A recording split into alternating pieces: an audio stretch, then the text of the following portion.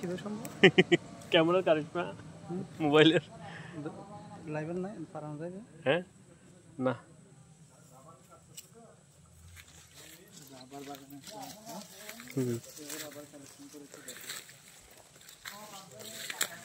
এটা হলো রাবার বাগান।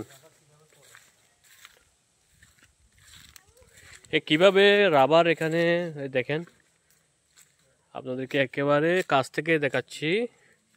এই রাবার পড়তে পড়তে একেবারে এখানে এই যে এই বাটির মধ্যে রাবার পড়তেছে দেখেন, একটা গাছ থেকে একটা এদিক দিয়ে বের হয়ে আরেকটা। ভালো ভিডিও করতে পারি না, তাই সরাসরি র ভিডিওটা আপনাদের সামনে কন্টিনিউ সাবমিট করি, যেন আপনারা একেবারে কোনো এডিটেবল ছাড়া এই ভিডিওটা এখানে দিই। দেখেন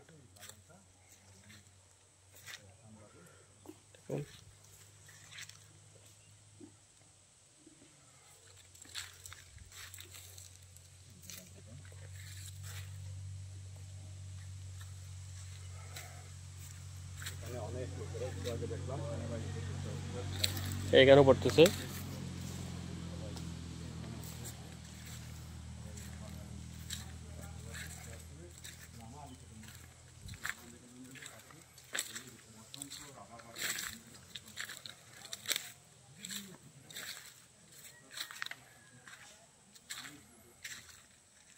দেখে শেষ করা যাবে না মোটামুটি।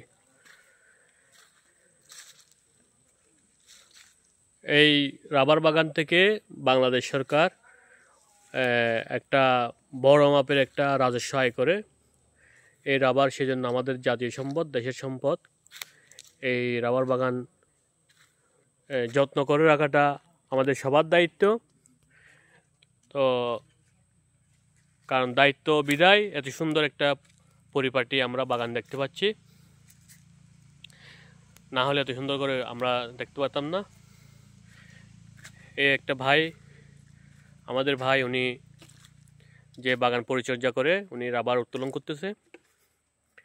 ভাইয়া এখানে কি হিসেবে এটা রাবার উত্তোলন করা হয়? সকালে। সকালে? তাহলে এখন কেন উঠাচ্ছেন? আমি এখন উঠাচ্ছি যে সকালে অসুস্থ ছিলাম। আচ্ছা আচ্ছা, এই জন্য বিকেলে উঠাচ্ছেন। কি পরিমাণ রাবার প্রতিদিন উত্তোলন হয়? 20-25 কেজি এরকম। 20-25 কেজি প্রতিদিন 20-25 কেজি উঠে। আচ্ছা, সেগুলো আপনার রিপেয়ার কোথায় হয়? কোথায় বিক্রি করেন বা ইয়া করেন? এগুলো তো মানে আমরা ব্যবসায়ীকে বিক্রি করি, ব্যবসায়ী মালিকে ব্যবসায়ী এটা দেয়, ব্যবসায়ী বাইরে বিক্রি করে আর কি। আচ্ছা আচ্ছা আচ্ছা। পার কেজি কি রকম বা মাশাআল্লাহ, লিটার কি রকম বিক্রি করে এটা তো জানেন না? এটা কেজি হিসাব বিক্রি করে। কি রকম? রাবার তৈরি করে তার ওইখানে মেশিং এ প্রসেসিং করে, তারপরে ধুম দেওয়ার পরে বিক্রি করা হয় আর কি। আচ্ছা আচ্ছা। তাহলে আপনারা শুধু ইয়ার পর্যন্ত দেন, ওই ফ্যাক্টরি পর্যন্ত পৌঁছাই দেন? ফ্যাক্টরি পর্যন্ত পৌঁছে দেবো আর কি।